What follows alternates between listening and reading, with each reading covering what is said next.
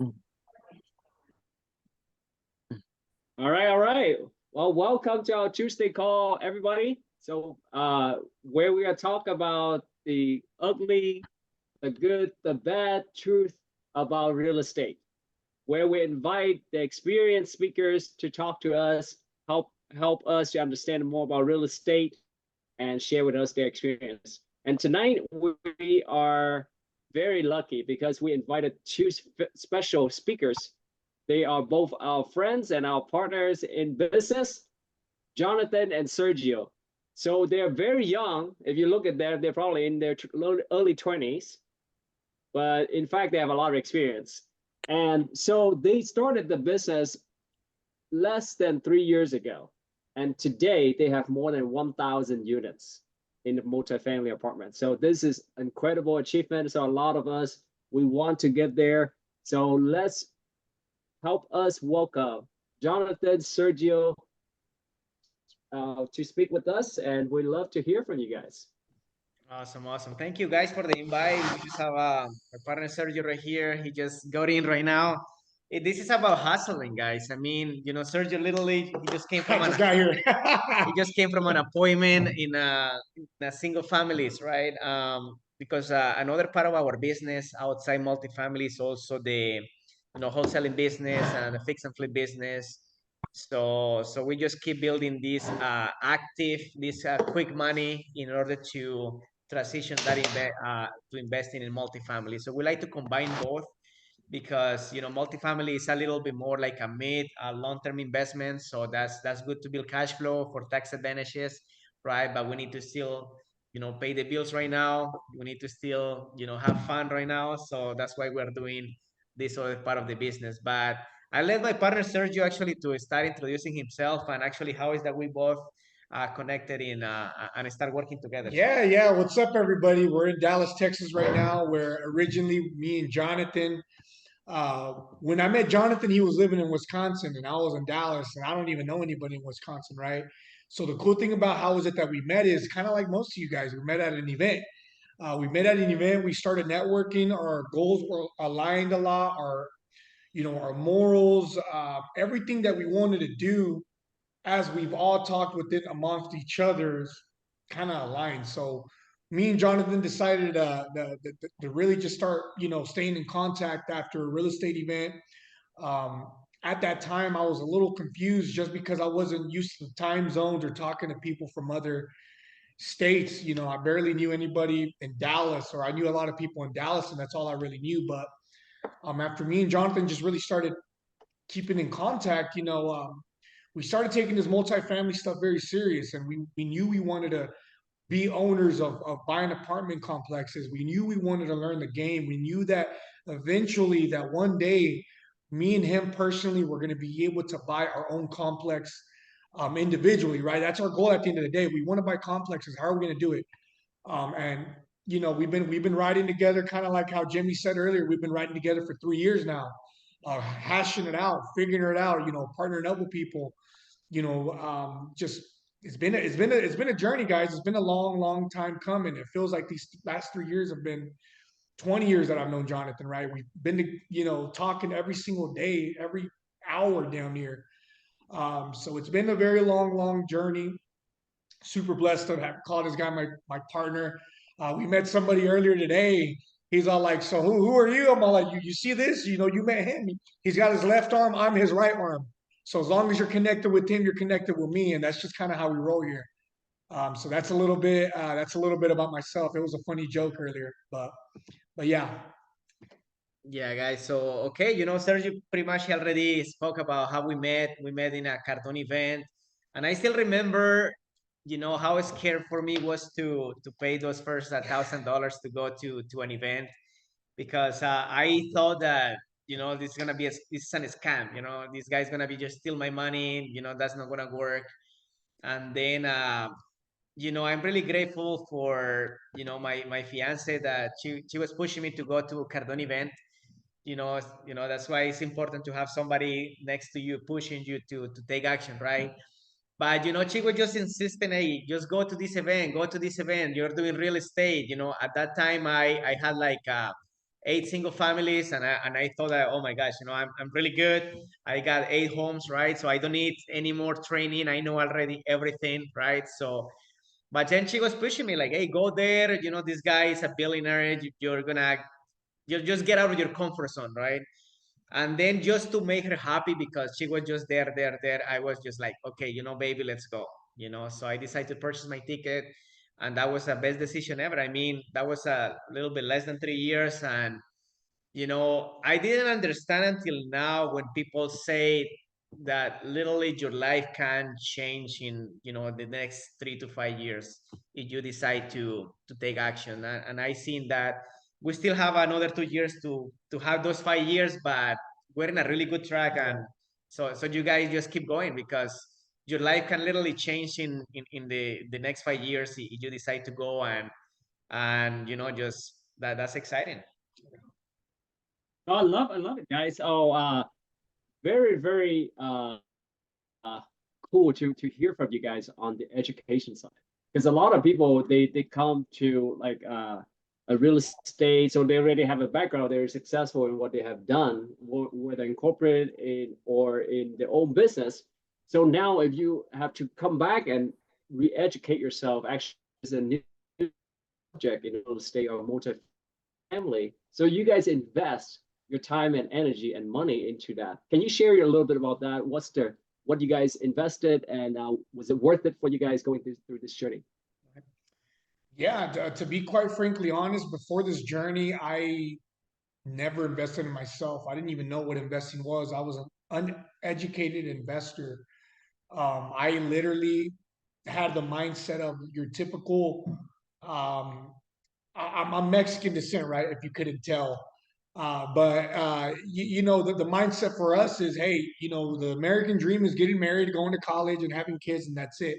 Working your 9 to 5, and that is what you came here to the United States to do. Now, fortunately, I was blessed enough to be a first generation Mexican American, is what I tell everybody, just because I'm extremely tied to Mexico and I go back a lot, and my parents are from Mexico.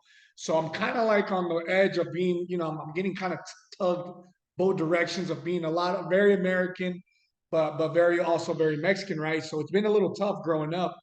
But that mindset is just crazy. I didn't know anything about investing in myself. I didn't invest in myself. We were taught that debt's bad. Don't get into debt. You don't ever owe people money. You buy everything cash, right? So when I first started jumping in these courses and investing in education, which that's something that very, very interested me a lot. It felt really, really good because I felt like I finally fit in. I felt like I was in a room at Cardone full of hundreds of people that wanted to do something very, very big. And I was like, dude, I got addicted. I got hooked right away. And after that, I didn't care how I got there. I just had to freaking buy a ticket one way or another. I had to buy a flight. I didn't even know how to fly, guys. I didn't even know how to buy a ticket on to fly or book a hotel. I had to call one of my friends to sit there and say, hey, can you teach me? I'm bought this ticket to go to a real estate event. Can you teach me how to book a flight to go to Miami? Well, where's it at? I'm like, well, I don't know. It's at this hotel. Can you teach me how to freaking book a room? I don't know how to do any of this.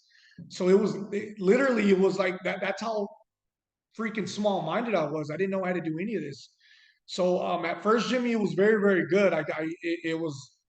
It just took one time to get in that room and I was hooked, meeting the right people. And to this day, this guy right here is one of the products. Like I met this guy 3 years ago, and here we are today, 3 years later, right? And I've met so many other people throughout that journey that we were able to partner up with and grow together. Most importantly, this is what I love about this. So it's been a phenomenal journey, Jimmy, as of today. Yeah, I mean, education is key, right? So because, again, we went to this event, first time hearing about multifamily, and then suddenly, okay, this is how you do it. This is what we hear at the event, right? So you need to do your underwriting like this and that.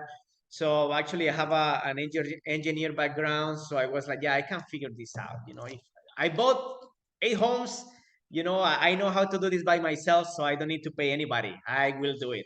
That's actually what I told Sergio. Hey, man, let me figure this out. Let me learn underwriting. Let me do that.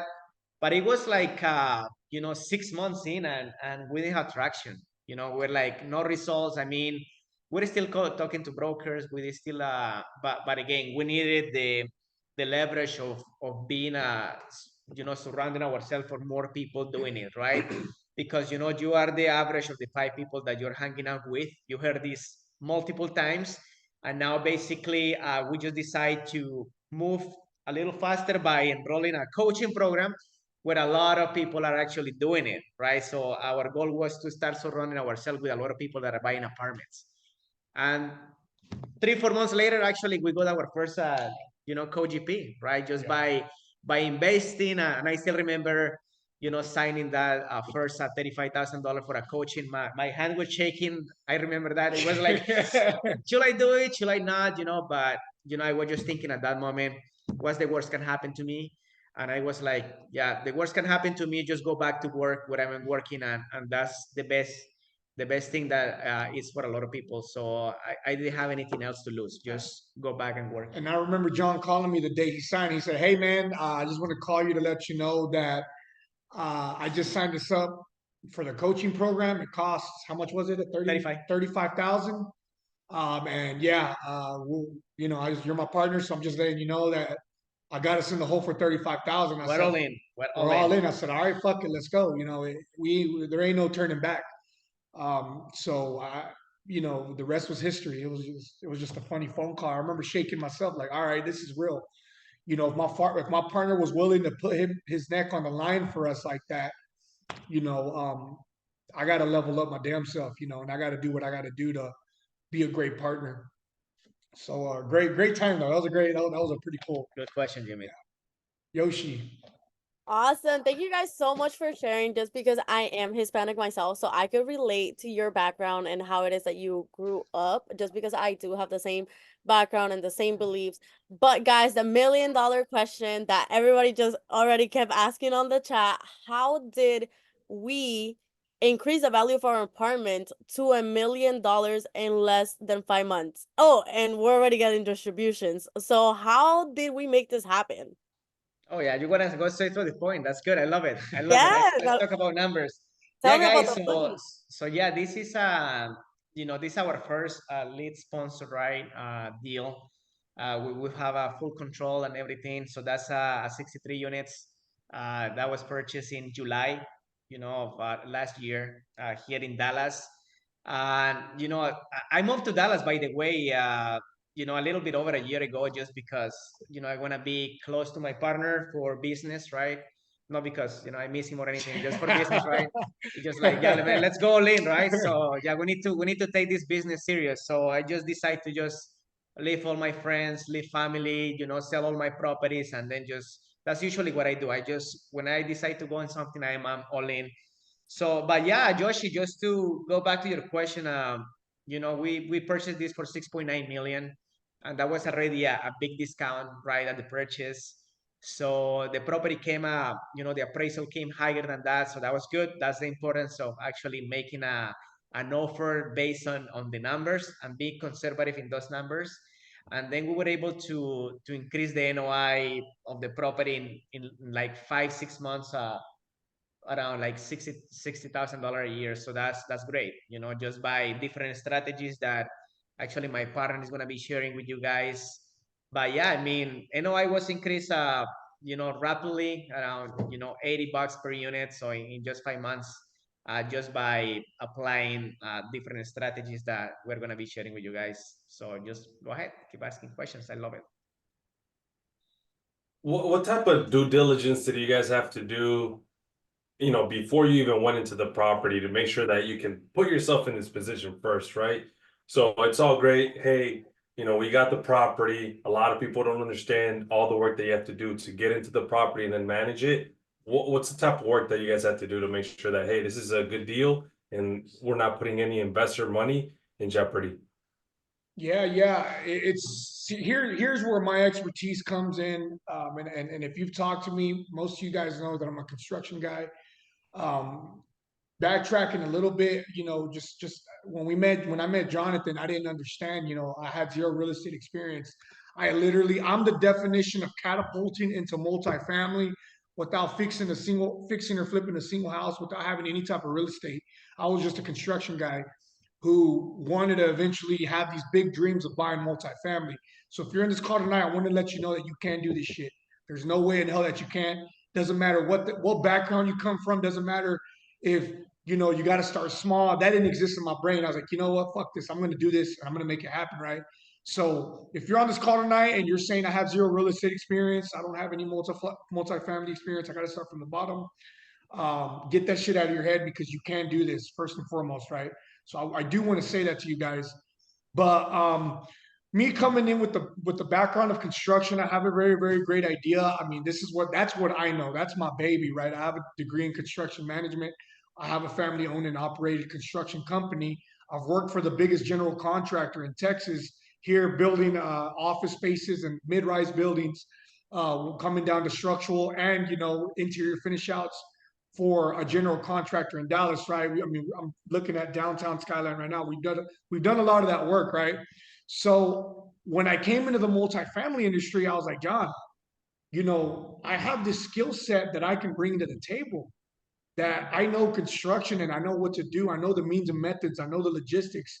I know contractors in the area to make this happen. I was like I can really be a huge asset to this. And at the time, I didn't know what asset management was. It sounds like construction management, but asset management. You're looking at the property, just not solely construction, right? So the type of due diligence we did, to answer your question, Eddie, is we came in with a lot of contractors, a lot of people. We know people that bought properties where it's just me and John. Let's pull up to this property and say, "Oh my God, you're emotional, right?" You pull up to this property, you're like, "Dude, it looks good, man. Man, it's fine. Let's submit an LOI, and it's good." In this case, because of our background of construction, we were able to bring three trades, three contractors per trade. We brought out three plumbers. We brought out three electricians. We brought out three HVAC guys, and we literally dissected roofers, landscapers. I myself was a concrete specialist, you know. So I was looking at the structure of the building. I was looking for the cracks. Is this building shifting? Because we might have to get engineers to approve this, right? So we're literally trying to dissect this property at due diligence to try to find out a way to either retrade or to do some kind of negotiations or to find any big major problems. Because at the end of the day, guys, remember, the broker's going to sell you some shit. They're going to sit here and tell you, you know what, guys, Jonathan, or you know what, Eddie, phenomenal condition, bro. You're going to get so-and-so market rents. You're going to be able to boost up the rents $400. Absolutely nothing's wrong with this property. And if you're the guy that's going to be vulnerable and take that, then you're going to, you're gonna freaking get in some trouble. There's always unexpected things that happen. So what we were able to do once again is bring contractors. We were running cameras down the plumbing. We were doing it all.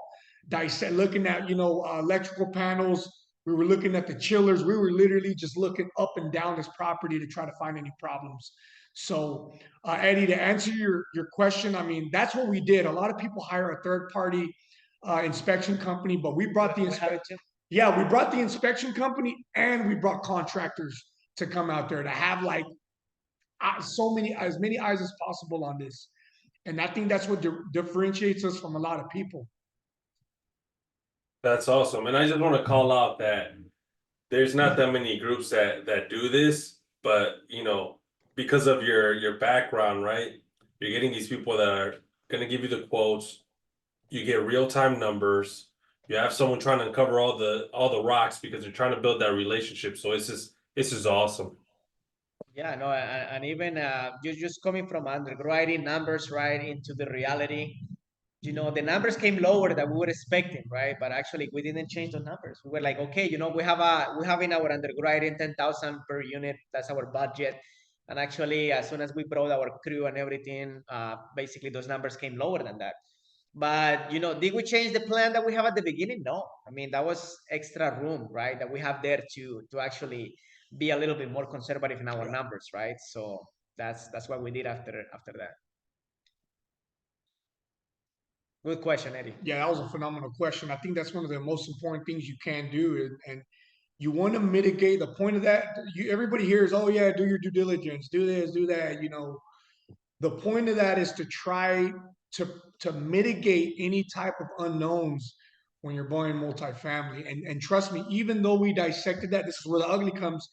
Even though we dissected the property, we ran cameras all over the freaking plumbing, all over the main lines and everything. We still end up finding out some things, some dirty laundry, some skeletons in the closet, let's call it, after closing. We found out that they were rigging up some broken pipes, and the seller didn't want to fix it, right? And who's gonna want to fix something right if they know they're gonna sell? Like, I mean, I'm not gonna invest no more money into this. We found 3 breaks that they were hiding from us, and that essentially slipped through the cracks. That weren't so much of a big deal, but we were just like, it was like a damn. Okay, you know what? It is what it is. The good thing about us is because we underwrite so conservatively, we had some reserves to get it fixed. We were cash flowing well. I mean, not a big deal. But you want to do the due diligence. You want to do as much as you can to mitigate and to minimize any unforeseen things or anything like that, especially structural problems. You want to watch out when it comes to that. All MEP and structural stuff. Watch out. Usually, that's the most costly things that come into hand. But phenomenal question. Yoshi, Victoria. you want to go? There's a couple questions on the. Yeah, so Victoria Ann asked a couple questions in the chat. Victoria, are you available to unmute yourself so you could ask your questions? Yes, am I unmuted now? Yes, you are, love. Okay. I actually looked at 2 properties just driving by, real glancing today. I noticed that I'm looking at brand new buildings because of all of those things you just said. I have been in the super large construction management for about 40 years. And it's funny what you said about, you kind of thought, well, you're just going to know how to do this, right? No, I had no idea what to do next. So I'm so glad that you guys are being as open and telling us your stories. That is so helpful. Ruth, my business partner, Ruth Martin, who's also on this call, is on here. And I am so, one thing I have not kind of gotten to the point is getting on a project and then kind of figuring out what their problem is and then helping them with it. That's what you guys did, right? Yes. That is correct. I mean, that's cool. I would have never thought to do that. Again, like I say, and I'm trying to go the easy route first and just get brand new properties. Pros and cons on how you would, like, obviously on an older building, you got the risk and you got to mitigate it and you got to make sure you get a good deal. On the new buildings, what are you looking for? Yeah, so I can start from there and Sergio can Yeah, actually. go ahead. Usually, I like to go and actually apply more the value add strategy, because, if we're able to fix those units they just need a little bit of love because sometimes these previous ownership, they are not taking care of tenants. They don't care about actually keeping the property looking nice, right? So usually our strategy is just to go and fix those units. And because there is room for fixing those, we can actually increase the rents faster, right? So now remember that, the whole apartment complex, that's a business, right? So as soon as the NOI, as soon as the income minus expenses number is higher, so the value of the property is going to be higher, right? Now the game plan is, okay, how long is going to be taking me to increase that NOI if I have a new building versus how long is going to be taking me if I just put some money in rehab and then increase that NOI, right? So that's why we learn more to force that appreciation, right? So our business plan is around 3 to 5 years. That's usually what we do. Sometimes in newer buildings, it could take 7, 10 years, sometimes 15 years. It depends. And it's more about the market because the rents are growing more organically, if that makes sense. So that's kind of like a little bit the difference. So how to mitigate that risk? Having guys like Sergio, right, with a lot of experience in construction. Because if I go myself and buy that asset where it needs a lot of rehab, probably it's gonna be a lot of risk if it's just me without construction experience, right? So Yeah, just to kind of add, John nailed it. We love value add opportunities lately, and I think this asset that we just got, the 63 unit, was a heavy lift. I mean, it would be an extremely heavy lift to the individual, to the attorney, to the nurses, to anybody that doesn't have any type of construction experience. This would have been like, oh my God, I'm freaking out. One of our partners, Jana, I'll never forget, Jana Usselton, when we went to go tour this property, she's like, well, what do you think? And you know, mind you, she has no experience in construction. I was like, I'm looking around, I'm all like, I love it. She's like, really? I'm like, yeah, I love it. Like the numbers make sense for one. I mean, we wouldn't be jumping in a deal where the numbers don't make sense. But this, I was like, guys, this isn't structural. This is all cosmetic in my eyes. You know, coming from a guy does structural construction and concrete, that has experience doing interior finish outs, that has experience, you know, I've got some pretty decent experience over the span of my life, right? I've seen a lot of things, and I'm like, yeah, this is nothing compared to the type of projects that we've been on. So to answer your question, I mean, and you have construction management experience, I mean, it wouldn't hurt to have 2, 3, or 4 of you that are boots on the ground where you're shopping to have that experience and leverage each other. Just because, I mean, it's the way to go. You know, John's the numbers guy. I'm the construction guy. He's all like, hey, John will tell me, listen, you know, you got a $10,000 budget. I'm like, okay, say less. My job and what I'm great at is buying out the project at way much more less money than that. I'm not, and that's facts. We'll talk numbers in a minute, but our projected rehab per unit that we budgeted was $10,000 a unit. We're up here getting it done for $5,000 on a quicker turnaround. We're getting them done for almost $2,500 because of how we're able to cut labor costs, because we have these relationships with these suppliers, you know, and this is where it comes in handy, where the partnership with somebody that knows construction really benefits the team. So I love the position you're in, Victoria. You can be a huge asset to your team. You can be a huge asset to any team that's looking for asset management and capex. So that is something I'm not sure. I mean, I'm sure you know this, but that is a very, very high superpower that you have. A really great one. Good question, Victoria. Lily, you wanna ask? You have a question? There's a question in the chat, and from Lena. She says, "Do you do all the due diligence for every property that you guys go potentially to buy?"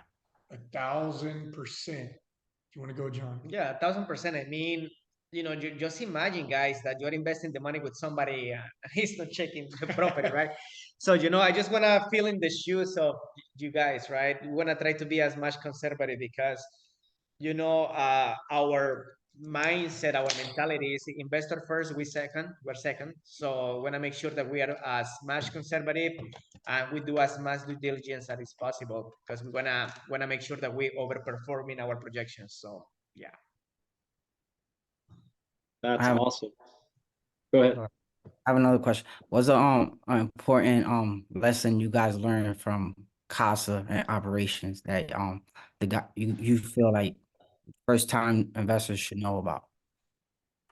Yeah, I'm gonna start with mine because once again, I'm asset management and capex. So I'm looking at a lot of the, you know, one thing's for sure, guys, when you close a deal, it ain't over. So when you sit there and you know, you raise, for those of y'all that are just getting in the game, and you know, you see a lot of people post, you know, closed and funded, and the pictures and the woohoos and yahoos, and you know, we did it, and it doesn't end there.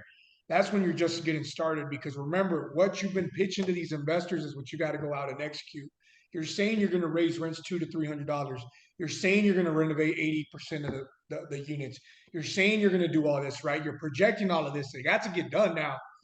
So one of the hardest things that I learned, and I heard it before and it stuck to me, and now I want to give it to you. I want to give you this bomb, this gold nugget. If you're ever on asset management, or even if you're a co-GP on a deal or a GP, you know, bring this up. Catch the red flags on management and maintenance extremely early. Month 1 or 2, you start seeing some red flags on things not getting done, or you get them out of there. You get that property manager out, you say something, because I've seen it. The reason why we're able to make monthly distributions at an earlier anticipated time is because of the type of performance that we did on our asset of us being so involved. We were like, you know what, red flags. We done went through 3 property managers in the span of 4 months. We went through 3. And on one of them, it was my fault. I said, get that guy out of here. He don't know Spanish. You know, he does not know Spanish. I said, I talked to the partners. I said, we got to get this guy out of here. He knows zero Spanish. And our apartment complex is 99.9% Latin. How in the hell is our property manager not going to be able to accommodate our people? You know, if they're not happy, our vacancies can start freaking skyrocketing. You know what I'm saying? So I said something. I was like, hey, man, we got to get this guy out of here. You know what I'm saying? We got to get him out of here. You got to, exactly, Jonathan, hire fast, fire faster. I love that quote. So maintenance, another thing. We hired a guy after firing one, another one came in. I said, get him out of here. I don't want him on our property. You know, he's not completing our work orders fast enough. You know, we got people going to the office. Hey, I submitted a work order. Why isn't it done? The rule of thumb is to get it done within 48 hours. That's the standard we have. And even 24. I tell our guys, you need to get that done. And, you know, it gets submitted. We got 24 hours to get it done. Switch out a filter, fix a doorknob, do whatever we got to do. A trip hazard, right? Maybe a knob is, you know, fallen or something's broken, right? This guy was taking, we had 80 items at one point. And I said, we got to get him out of, get him the hell out of here. I don't want him on this property. We got him out. We came in with our new one. Now he's doing good. But management and maintenance is some of the things that I'm going to tell you right off the bat, because what happens is if you're as an operator, if you don't take care of your property and you let the property manager drag along with the maintenance, they're not getting shit done. You're not going to be able to hit distributions in the 6-month stabilization period that you're telling your investors. Y'all know this. We're up here telling people, oh yeah, we're going to stabilize for 6 months and then we'll start doing quarterly distributions, right? That's the name of the game. But if you're not taking care of the property, if you're bleeding because of management, if you're bleeding because of maintenance and because of vacancies, now you got to go back and tell your investors, hey, I'm sorry, but we're not going to be able to make those distributions after month 6, like we told you, because we're lacking on asset management at the end of the day, right? So get that to the T at the very beginning. Month 1, you see some red flags, get them out of there. Start having those conversations. Come in with the new one, and let these people know that you're active. You're an active and a very involved owner. I promise you, they're gonna know, and they're gonna be under, you know, P's and Q's. So that's my deal. It's a lot of excitement, a lot of bombs it's just dropped, Sergio and Jonathan. Thank you so much. Now, if you guys are hearing some good, you know, answers here that you guys got, some values, so show some love, you know, in the chat. Put some fire. There we go, some Jimmy. bombs, right? Fire on the chat, guys. Y'all Come put some on. fires in the chat if y'all like what me and John are saying so far about buying apartment complexes. We're super excited to show you guys what we got going on. It's not easy, but this is why we started this platform in the first place, is to give you guys a dirty, ugly truth, whatever y'all want to know, to try to bring as much value as we can to every single one of you guys. So once again, I do appreciate you guys showing up tonight, and shout out to our hosts tonight that are doing amazing. Thank you. So now we have a question from Robert, and after that, I'll come back with a question for you guys. So Robert, do you want to take a second to ask your question? Hey, what's up, guys?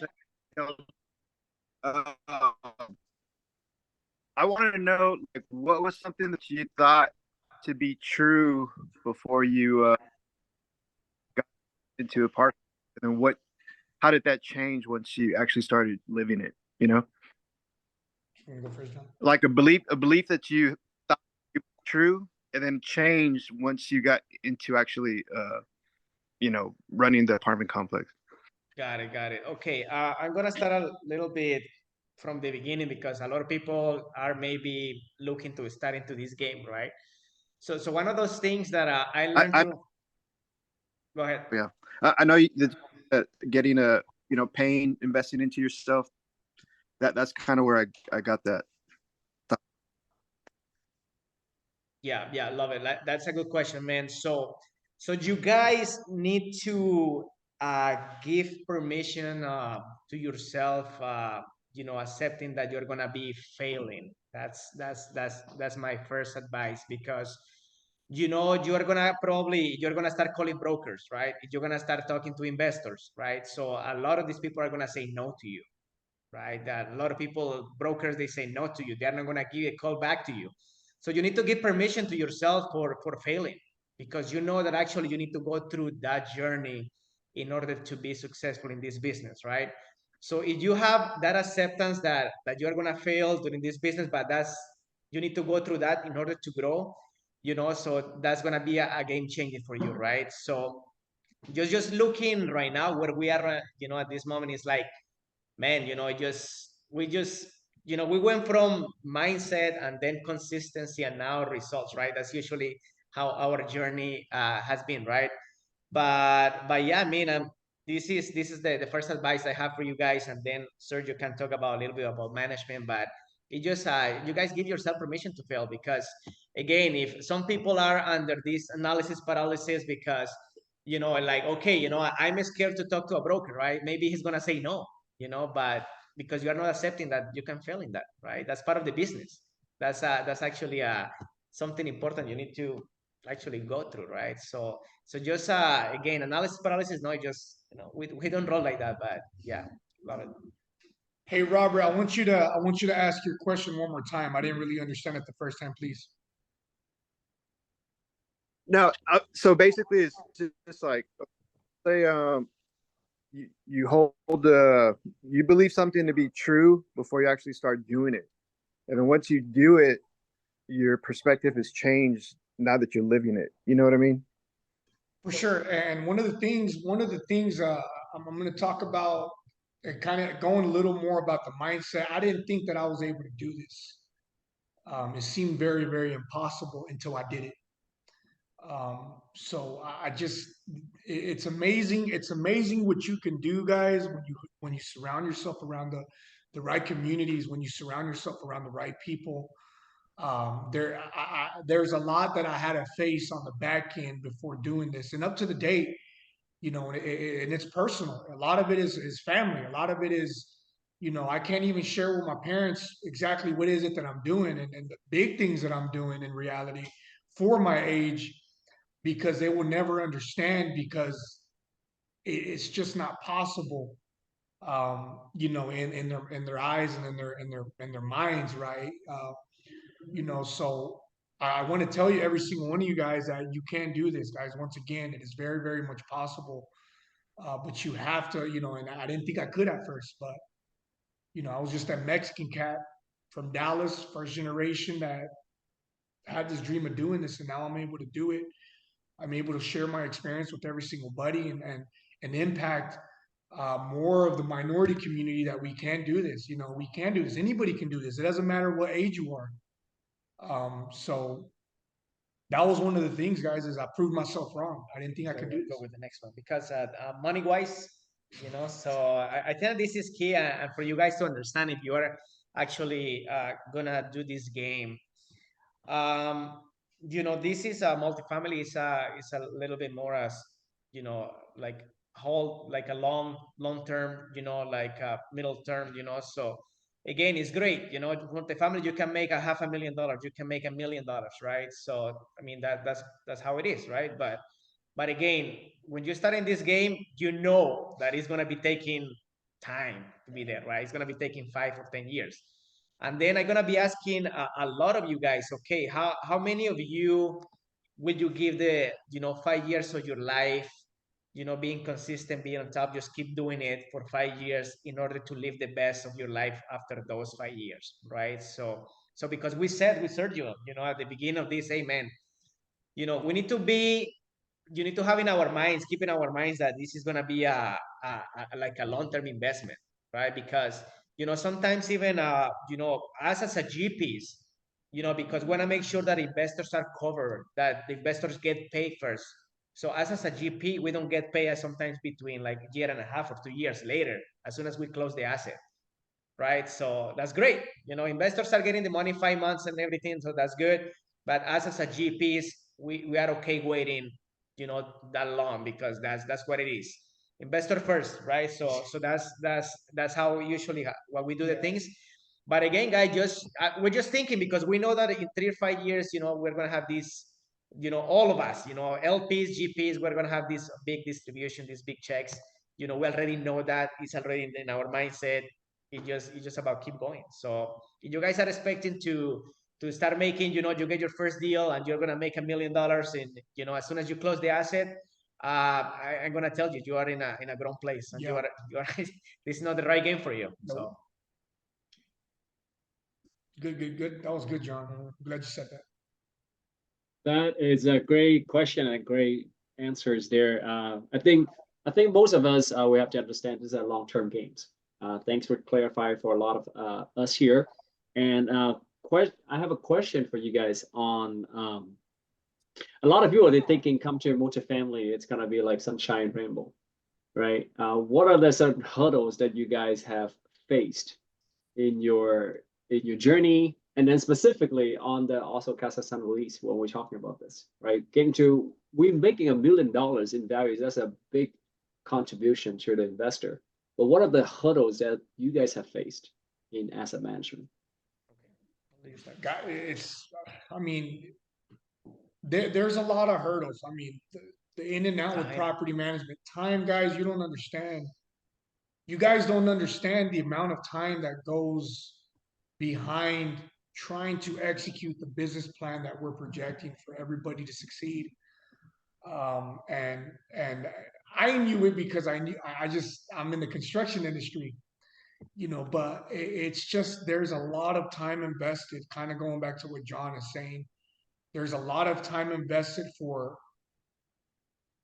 the amount of payoff that we're getting in 1 and 2, like for not being paid off, or for not having that immediate reciprocation of a payoff immediately.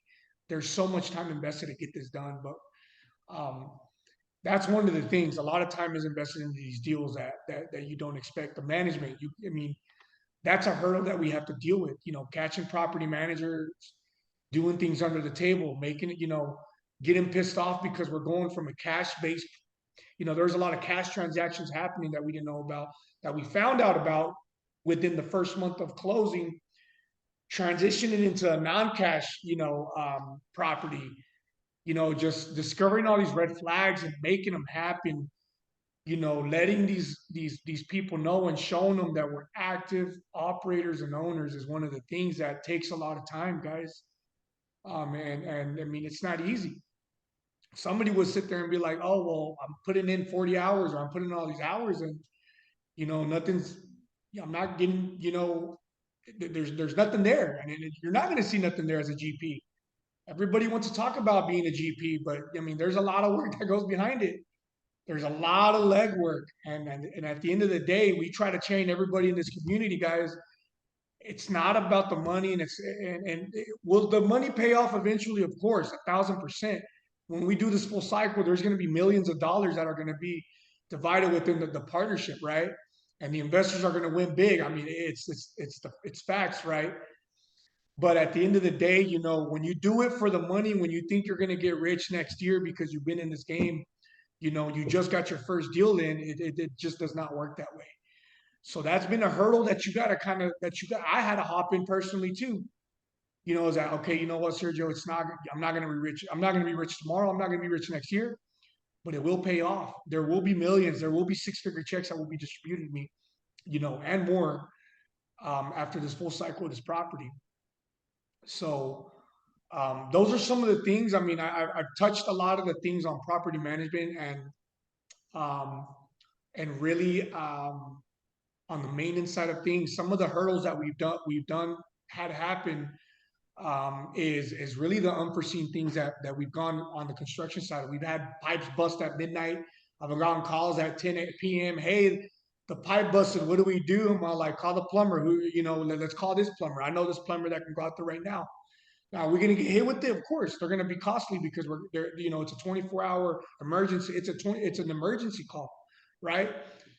We make it happen. I get asked all the time, what do we do here? What do we do there? I'm like, okay, well, I'm very, very good at problem solving. So we talk about different options. We talk about what's going to benefit the team. We talk about what's more economical, or if it's worth paying a couple more $1,000 to be able to save that, or to be able to have that from happening again in the next 5 years, right? So we got to make a lot of decision making. We got to put our big boy pants on. The cap that I wear, I got to make financial decisions. There's a lot of money that I'm dealing with that, requires me to make decisions that can impact us in a positive way or in a negative way. That could be very stressful, so I got a team that depends on me to make smart decisions. That's the cap you wear as an asset manager. What am I going to do that's going to benefit us? It could be very stressful, guys, and especially for somebody that doesn't know what they're doing in asset management. It's a very, very serious responsibility. You're dealing with thousands and thousands, hundreds of thousands of dollars in it, millions of investor money, guys.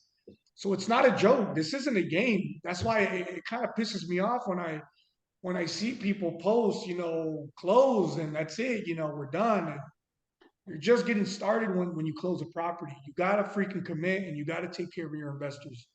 And this is what I love about the Cashflow Empire community and the MIA team is that we literally prioritize our investors. They're the first people we think about when we're doing any type of decision making. So that kind of goes back to Jimmy. I hope I answered some questions. Or if anybody wants to go deeper into an avenue, ask the question in the chat or raise your hand, and I'm willing to go that route. So I was pretty general there. So we I have have a. you go ahead. Oh, Go ahead, Sim. sorry. I was just gonna make this one quick. It seems like most people who get into syndication had help, so to speak. No one really gets up and figures it out on their own. And for most people, it's really about getting started through a coaching program like the $35,000 one that you mentioned. What do you look for someone who's interested in getting started? Because we can learn all this and it's good, but I feel like having that kind of structured advantage is a really good start that I've seen for most people. What do you look for when you look at a coaching program as a starting point? Based on what you've learned, what can someone look for in deciding which coaching program to join to also help them get started with this process? Yes, yeah, I like to go first. Yeah, because when we decided to go all in, right? So that was not the only coaching program that I'm still hiring. I just enrolled another coaching program last week. But yeah, it's just about keeping ourselves, like educating ourselves and growing every time, like, okay, we are here. Now we need to find somebody that will take us to the next step, right? So one of those things that I was looking for a coaching program is actually first start surrounding myself with people that are doing it, right? So that was the first thing. If I see people are buying apartments, if they have a deal flow, right? So, okay, when was the last time you closed a deal? Oh, 2 years ago because of the economy. This is not the group that I want to be joining, right? So, like those things like that. Okay, how, what are those things that I can get from there, So, Sorry, about that, how do yeah. you go about surrounding? Because I hear this all the time, and we all know, everyone on this call probably knows that they should surround themselves with, the right people. But the tricky part is really making that happen. Is it the syndication groups that you guys join where you find such people? Like, how do you even go about making that a reality?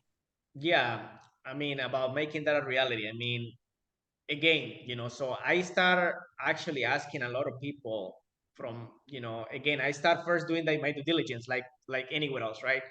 Okay, these people, okay, do you close a deal? Okay, can you walk me through that? How is it? What do you think about this coaching? What do you learn? How long it took you? Like, I start asking people that actually are part of that coaching already. That's one of my first steps. I start asking them, okay, how are you feeling? You feel great? Would you enroll it again? Right. So that's one of those things. I mean, and it took a little bit of time to actually find the right one.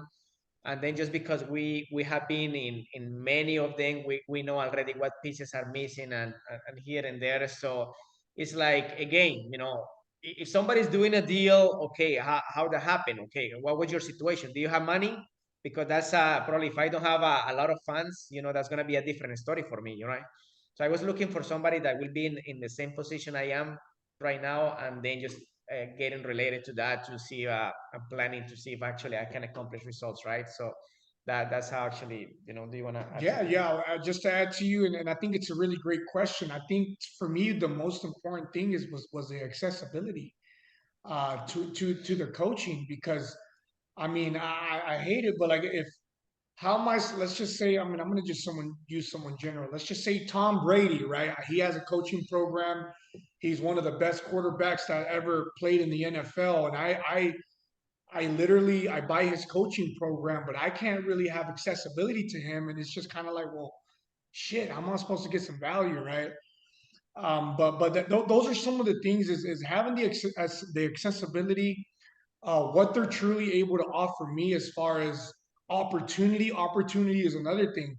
I mean, I can tell you right now, there's coaching programs that we're both in. And by the way, guys, for the record, combined, we've invested over $100,000 worth of coaching in 2022.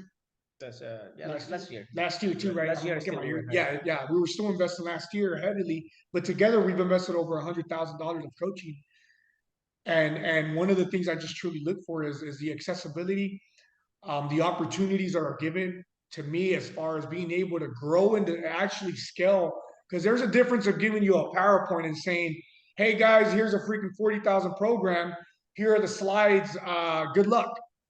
You know, I'm like, well, shit, thank you. You know, well, how am I supposed to, what am I supposed to do with these slides? Where's the true, you know, opportunity for me to get into a deal? You know, finding those type of opportunities, guys, is really what I'm looking for, and being able to actually get my foot in the door in the deal, you know, to actually practice what a coaching program is preaching. You know what I'm saying? I would like to know what a real opportunity is. That's a really, really great question. For instance, if you're on this call tonight, is because you want to learn about multifamily, right?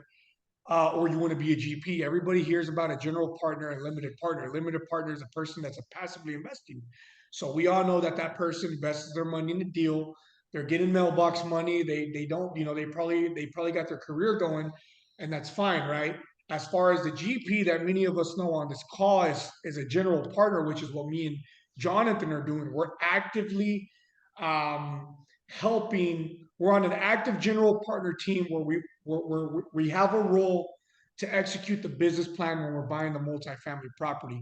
In this case, my role is in asset management. I am at the property all the time, making sure that the operations are running. I am making sure that I'm putting out as much fires and that I'm mitigating the fires that are being brought up in our asset. I am making sure that the money that we're investing into the property is helping us cash flow more on the property. I'm not going to sit here and spend a $10,000 budget on something that's not going to help us cash flow more money. That's the role that I have, and that's the cap that I wear on a team, on our properties, Lisa. And you have your hand raised. Yeah, like Yes. Aguilar a little May bit. I ask if you bring an asset to a deal that comes to an LOI that is accepted, okay? Mhm. Okay.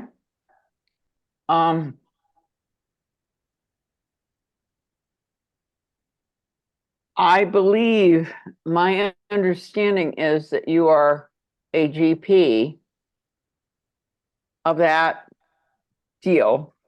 Is that correct? Yeah, I mean, you just submit, basically, if the LOI get accepted, you have full control of the deal, right? Because the broker is selling the deal to I'm you. not saying I have full control. I'm just saying I am a GP. I'm a participating partner. I'm not a limited partner. That is correct. I'm That's a, correct. Yes. okay. That is And 100% true. Yeah. and then if I am bringing the property to a deal, okay? I'm bringing the property to a deal. That might be a $5 million deal, okay? Significant deal, okay? Not just a small deal. That I might be able to participate in a finder's fee or some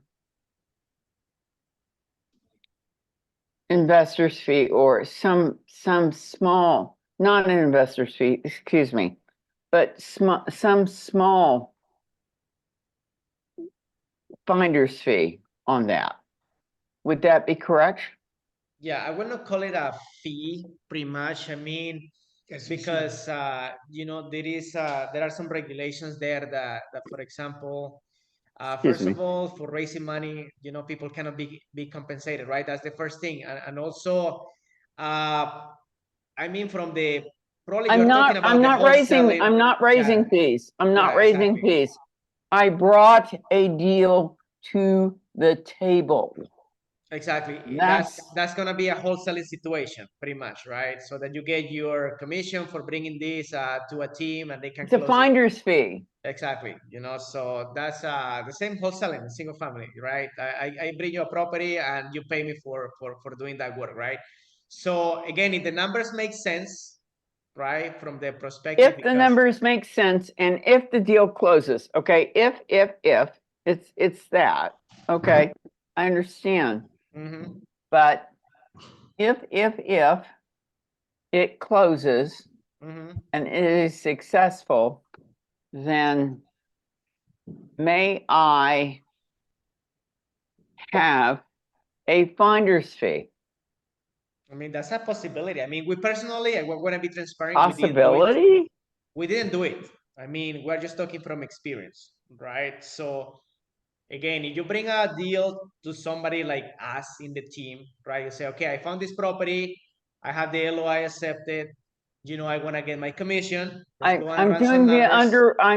I'm doing the underwriting. I'm doing all this stuff. Okay. I'm Lisa, trying to find can out I if it's right. interject for a second? Sorry. I think we're about to end up the time at 6:02 right now. Oh, So excuse we me. have I'm one sorry. speaker. Yeah. Sorry. So I know that your question is very specific. I'm not sure, Jonathan, Sergio, you have, I mean, we want to respect your time for an hour. If you want to have email, Yeah, I mean, Jonathan, we have a Sergio breakout for- room, so we can continue further the conversation with you, Lisa. If you have something going on, go ahead. Let's take a look, and then absolutely, you know, it's not about because Lisa, you know, we have been doing this for a lot of time, and we have a same conversation like we're having with a lot of people. And then Yes. I would like to actually go straight to, okay, if you have a deal, let's discuss. Otherwise, if there Yes, is we nothing do. going on, We have actually 4 deals. oh, that's good. So- That's good. That's good. You have full control on everything, and let's go. I mean, that's what it is. Yes, that's what the breakout room is for, Lisa, so we can have more time with our speakers. Okay, can they be connected with me? Yes, I ma'am. got you. Of course. Yeah, got you. we got it. We got it. Yes. Okay, good. Thank you. Of Thank you. course. Jonathan, Sergio, do you guys have time for one more question from TJ? Yeah, I would like to actually add a little bit because I know that you guys came asking about, okay, you know, what is the $1 million, right? We didn't go straight to the point, like, okay, what is the million? You know, how is that good? You guys increase the $1 million in the property, right? So some of the strategies, and I just going first for, you know, location, right? So as soon as we acquire this asset, you know, we check the area. You know, there is a lot of apartment complex in the area. So this one was $300 below market rent. So that was the first thing. And all of the apartment complexes, including ours, they were at 100% occupied. We were like, oh wow, this is great because you know a lot of Spanish community they don't like to move because they already have the kids living like starting that school. They don't want to move around, so they just want to stay there in that complex, right? So we saw this as a big opportunity, right? So then later on, the property manager, right? She knew that the discussion was we're gonna keep it because she was saying that she was doing a really good job, right? That was the first thing, right? So we're thinking, okay, let's keep this girl. She's doing it amazing. It's 100% occupied, right? So everything is looking good, right? So and then actually she started pushing the rents like way more than we were expecting, right? So she was already hitting $200, you know, over our. She was already hitting our 3-year pro forma in those 2 months that we were between the contract and selling it, right? So she was already creating in probably between 10 or 15 of those new I'd say apartments over $200. And it's like, oh, this is amazing. We didn't close the asset and we're already building equity. So this is great, right? So this is what one of the strategies. I mean, we're able to actually increase over $200 in like 15 of those units. So that was great without us even closing. So we already built equity before closing. So that was one of the things. So Sergio just mentioned right now about the budget, $10,000 budget that we keep on the properties, right? In reality, we're spending between, you know, 2,500, 4,000 or 6,000, right? So now we have some money to play around, right? So one of those strategies that we did, guys, actually add a water and dryer connections into the units, right? So Sergio, you just spending 3,500 units per washer and dryer connection? Yes, you said what? Washer and 3,500? No, not even. 1,500. 1,500 just to add a washer and dryers where we're able to charge anywhere from $50 to $60 per unit a month. And that automatically increased our NOI. I mean, shoot, I think it was $300,000 to $400,000 a year just doing that. And one thing about us guys, when you're closing deals with us, and this is how conservative John is, we don't depend on other income to execute our business plan. We don't depend on other income to make our deal. You know, when you invest and when we buy the properties, we always let the other income be the cherry on top on all of our deals. That's just a bonus. That's what we take pride in. So that was phenomenal right there, what we were able to make happen. Yeah, just look at that, guys. Again, you know, $50, and then we are just gonna add 35 washer and dry, 30 to 35 apartments, washer and dry connections, because we are thinking for the exit strategies, right? Correct. So $50 times 35 times 12, that's $21,000 in NOI increase.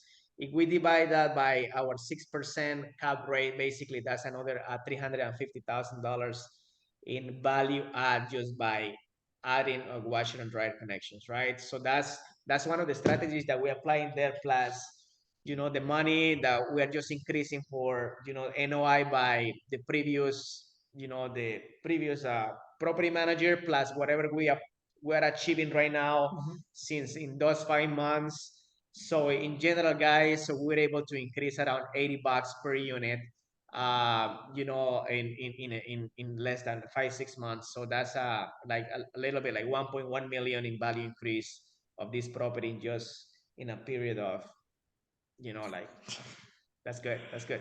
Pet fees. Yeah, pet fees. That was another one. You know, we start going, actually, we keep a really open eye, like checking the windows, you know, to see how many cats, how many dogs they have in there. It's like, hey, I see you have 3 dogs in here. I see you have 4 cats, you know, let's go. And you need to be serious about this, right? So again, guys, so that's some of the things that we did, actually, just to go a little bit high level, right? So of the strategies. So fantastic. Wow, we are super. I mean, I cannot imagine, you know, Jonathan, Sergio walk around and see how many cats are walking. Whatever it takes, right? Whatever you need to do. I mean, yeah, it's investors' money, Jimmy. You know, so it's partners, right? So we want to make sure that actually we are doing our best to hit our pro forma numbers and to do the best to start paying distributions before, you know, 6 to 9 months. So all those things. That's how we actually do it together as a team. So 100%. But the investors are happy. Yes. Oh yeah. Yeah, let's take Tiago's question before we heck actually yeah, move on I'm happy. I'm getting distributions monthly, not quarterly, monthly. So I'm happy.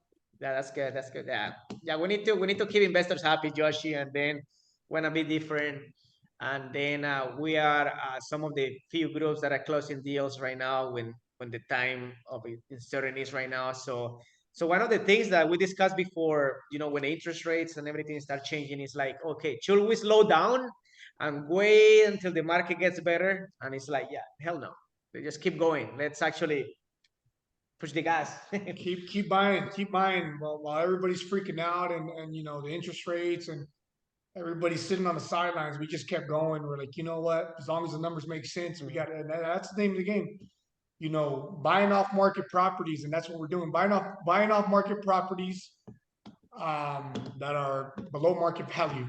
That's how we're able to score and win. Let's go. Go ahead, Tiago. All right, Tiago, your last question. Hey, how's it going, guys? Good seeing all of you here again. And I see Sergio got a new hairstyle. Something's going on there. He needs to let us know what's going on behind the scenes. Trying to look a little more professional, okay?